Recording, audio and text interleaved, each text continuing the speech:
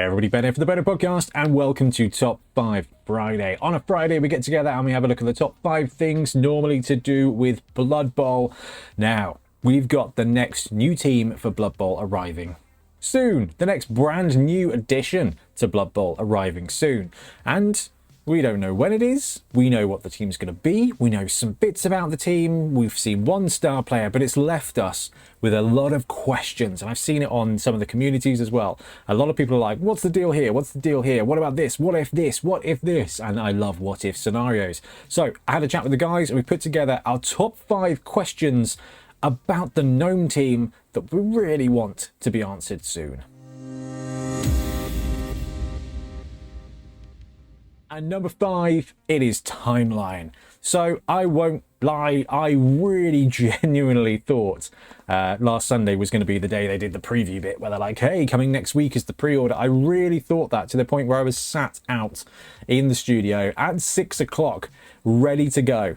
Graphics sorted, video ready to go, and it was just a bunch of other rubbish that no one cares about. That's not fair. I'm sure some people do, but rubbish to that. It wasn't Gnomes, and I want Gnomes because I want to know what the team does. I want more things about the Gnomes. So I've got 2 timelines for you, and I really hope either one of them either one of them could be right. I'd be very happy with that. So best case scenario mentality, not always the right thing for competitive gaming, but for fun gaming it's wicked. So pre-order and preview. Best case this Sunday, so Friday, Easter Friday, happy Easter. We have a lovely Saturday, and then Easter Sunday, my friend Rick's popping around for a game of Blood Bowl, and then 6 o'clock Games Workshop goes boom. Next Saturday, you are getting Gnomes. That would be the best case. So in that timeline, Sunday the 30th of March, we see the preview. Saturday the 6th of April, it's up for pre-order. And then this is where it gets a bit sticky. Trips is adamant that everything's on a 2-week release window at the moment, and I have no reason to doubt him. So if it's a 2-week release window, it'll be Saturday the 20th of April, which would be Dorset Dungeon Bowl, which would be wicked if Gnomes were there and were coming out the day of Dorset Dungeon Bowl. That would be fantastic. But even better would be Saturday the 13th. Although that is my brother's wedding, but I'll just pop along for a couple of minutes. So best case scenario, that's where we're looking. Let's push it back a week, and it could be a couple of weeks, and it could be the end of April that we see the Gnome teams. And by that point, Dorset Dungeon Bowl is gone. So these guys just aren't arriving for Dorset Dungeon Bowl. They won't be on tour play, so never mind. That's a shame.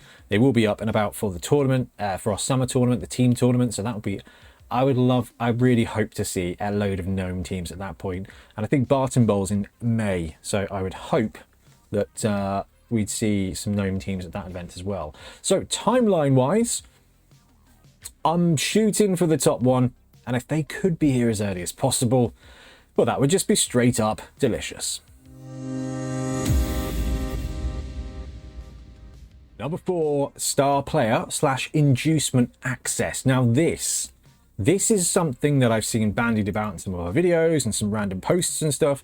Okay, they've said they're going to get Halfling Thimble Cup indirectly. They've said they're going to get that because Rodney Roachbait is a Halfling Thimble Cup player and he is the Gnome star player. So it is, yeah, I think it's 99.9995% accurate that Halfling Thimble Cup is one of the things that the Gnomes are going to have access to. The question within that is, what is going to be the deal with the Master Chef? Straight up, as it says in the rules, if you've got Halfling Thimble Cup access, you can get a Master Chef for 100k instead of 300k. So as it stands, Gnomes get a Master Chef, which is really interesting. Master Chef basically only really gets taken by halflings or just by someone who's got that much money to spend that they might as well.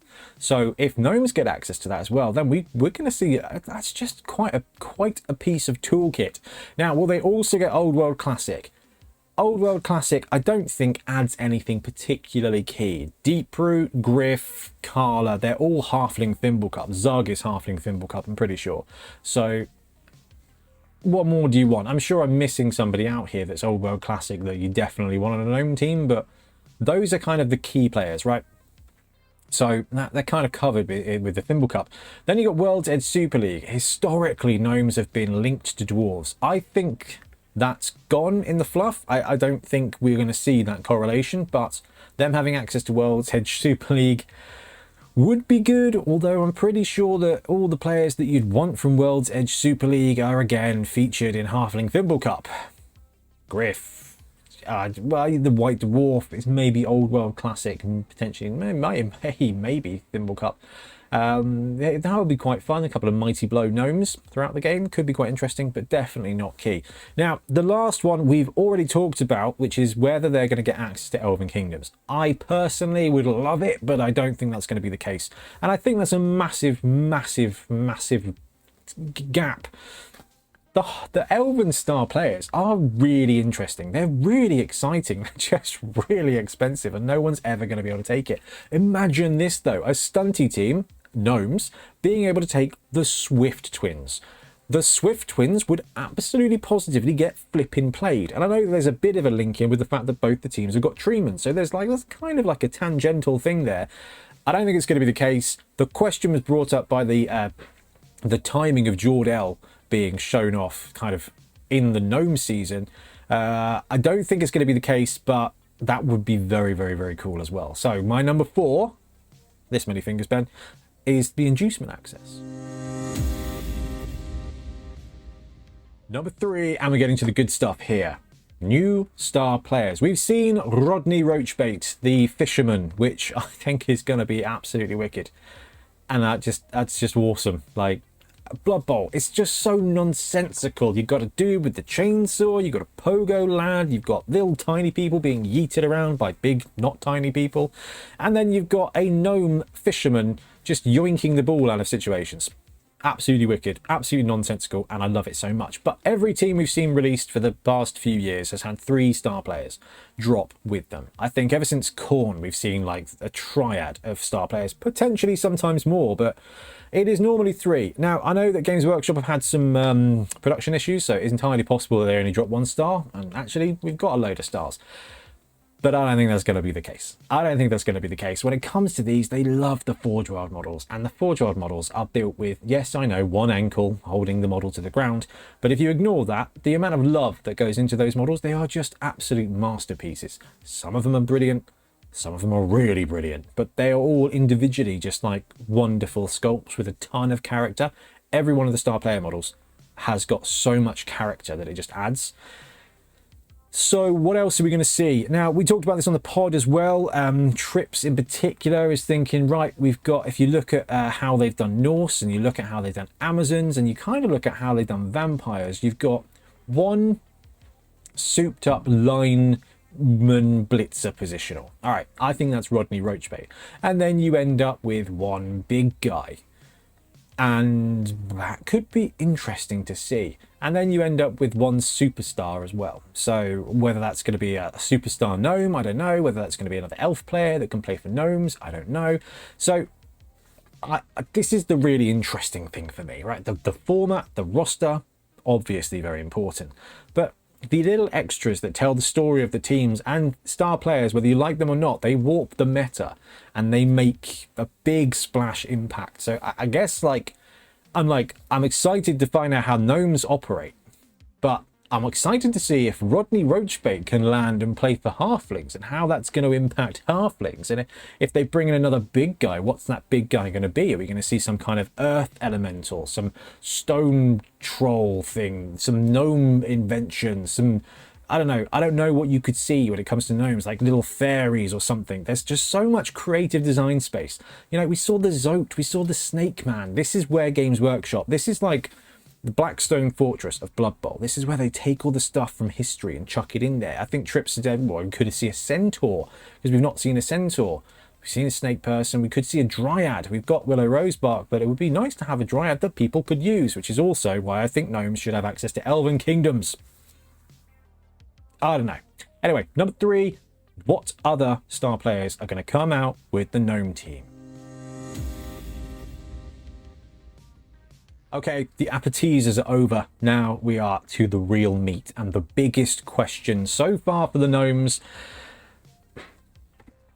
Dodge or no dodge? We know they've got rump up. We know they've got stunty. Okay, rump up, wrestle and jump up is a wicked combination. what are they gonna have dodge as well? And this is the biggest sort of talking point that you see out there about gnomes is, okay, like wrestle jump up, really interesting combination. Like, that is powerful. It is powerful. You know, you get knocked down, you get back up again, and it gives you agency over turnovers. Okay, someone comes in, they 2-die block your gnome, they don't have block, you have wrestle, you get a choice. You're like, right, do I take the hit and end your turn, or do I just go down to the ground, bring you with me? I'm going to jump up, it's going to cost me this many movement, it's going to cost you 3, and that's such a big bit. You get so much choice in that interaction that it's very powerful. But do they have dodge? Is this going to be a situation where we've got stunty with no dodge, which I don't believe we've seen before, and that would be really interesting. You would end up with a stunty team but stuck in the mud. 3+ dodge, all right, is 3+ everywhere, is still really good, but you're going to need to rely heavily on those team rerolls. You're going to potentially have to fudge that halfling master chef in there to kind of upset the reroll balance. And the old stunty, I'll just roll 3s for a while, it's not so much a case. Integral dodge is so much of an important part of any stunty player. The 2++ of Snotlings is wicked. We don't even know these guys don't have Titchy. They don't look Titchy, but we don't know that they don't have Titchy. Rump up, stunty, do they have dodge? That is going to be the biggest question. If this team splash lands, they've got rump up and dodge, then we have got a serious competitor on our hands. If it's rump up, no dodge, then we've got a really unique stunty team. And quite frankly, I don't care what the answer is to this, because I think they're both a massive win. But that brings us to number 1 on our list. And the number 1 question we have about gnomes is, are they going to be tier 3? Are they going to be tier 3 to start with? They're a stunty team, so you kind of assume they're going to be tier 3. And if they do land at tier 3, are they going to be tier 3, or are they going to be better? And there's definitely some key points here that go into answering this question, or even just into questioning this question. Strength 1 or strength 2? Babs Babbage, Facebook hero, has been banding around this question. I saw it earlier on today while me and Libby were on our walk. Strength 1 or strength 2? We are pretty confident now that the gnomes are going to be strength 2 based on the base size and the model size. However, several people have said, yeah, but the Amazon blockers don't necessarily look strength 4, and that's fair. And that is fair. So the gnomes could just be big strength 1 players. Based on the size, based on the fact they're on 32mm bases, though, it doesn't feel coherent. You know, the Noblars are on 25s, the Snotlings are on a million 25s, right? So there's elements there where I don't think that carries through. And the size, the history with gnomes being kind of halfling sized, not shape, they're in significantly better shape. I don't know, it makes me think they're going to be strength 2. Well, do you know what, guys? Strength 2 is much better than strength 1. Unless you've got Titchy and you're dodging around, because yes, I know, Titchy sidestep Snotlings are just wonderful. But strength 2, wrestle, jump up. Strength 2 wrestle is wicked. Let me tell you a story about gutter runners. Gutter runners, they're not bad. And I tell you what, if you take one of them with wrestle and you just pop into a tackle zone, pop into a cage, and take a 2-die up with wrestle, it's going to work like 150% of the time. That is a little bit of hyperbole, but it works, and it causes disaster, and it causes carnage. And the beautiful thing about wrestle is you just pop in there and you take those 2 dice on somebody. These guys are going to have stunty. They're going to be 3+ into any cage. All right, you might not have dodge. We don't know if they're going to have dodge or not, but 3+ with a team reroll into a cage, and then take a 2-die up block with wrestle. That is always a really good option. It's not the best play. You should never go, my entire goal is to just wander into tackle zones and lay on the ground. I don't know if... no, please don't do that. That's not going to be great. But if your opponent leaves a gap, and it's... When it comes to defensive Blood Bowl, if you can knock that ball out, you've probably cost them a turn. And that is massive because there's not that many turns in Blood Bowl. So even if you can't score, if you can't scoop and score, you may have delayed them. You may have cost them more time. You may have put the pressure on. And the more chance your opponent has to roll dice, the more chance their dice are going to go wrong. And I know, regardless of whether they're going to be strength 1, strength 2, or have dodge, you are going to see rump up gnomes wandering into cages and just dragging people down, tricking them up and popping the ball out. Pow, pow, star, both down. That's one half of the dice that's good. Then you got 2 pushes, which you may be able to set up a chain block. It's just fantastic. And that being a core option makes me really excited because I like defensive Blood Bowl. Yes, I know I'm the guy who's like, ooh, okay, 2-turn touchdown, let's go. But actually, whoa, the thing I love about 2-turn touchdowns is if those 2 turns aren't mine, it's even better. And the last thing here that makes us question whether or not they're going to be 3 tier, like true tier 3, is the star access. And we kind of talked about that. And we don't know what the other 2 stars are going to be. And we don't know who they're going to have access to. But we do know they're going to have B access to Griff. So it kind of depends on their cost. If they're strength 1 with rump up, these guys are going to be 30k a piece. All right. If they're strength 2 with rump up and no dodge, 40, 45. We had a good little stream about it, didn't we? Where we all kind of got together and come up with some ideas. Do they have valuable, cheap star players? And are they... Snotlings are great, Underworld are great because they can keep their value low enough that you can always induce Hack Flame or now Skitter, and it's just, it becomes really, really powerful and really, really potent. If the gnomes have access to good stars and they can keep their TV low and they can combo that with the potential of defensive wonders that brings you from rump up, and they land at and they land at strength 2, tier 3, maybe in the back mirror here. Snotlings, many people are like, Snotlings are tier 2. And if you look at the win rates for stunty teams, they're mid-table. All of them are mid-table. Find it very, very, very interesting. Okay, so, gnomes. Those are our top 5 questions. And please, put your guesses in, because best case scenario, we find out next week. And that means I get to make loads of videos next week, which will please me, but potentially not my wife. But at least it's not 2 AM in the morning for the Norse release again. Winner. Anyway, let me know what you think, and we'll be back soon with more Blood Bowl content.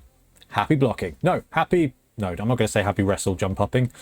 That would be bad. Thanks very much for watching. We really appreciate your support. If you want to support the channel even further, please like and subscribe. It really does help us out. Or come join us on YouTube members or in Patreon, where you can get exclusive access to some content, some loot, early access to basically everything we do, as well as regular competitions. Or you can pick up some Bonehead Podcast loot either on our website at boneheadpodcast.com. We've got the Dungeon Bowl things, we've got tokens and stuff like that, or on our Spreadshirt site as well. Everything you do just helps us make more content and hopefully do it of better quality. Anyway, thank you very much for watching. Happy blocking.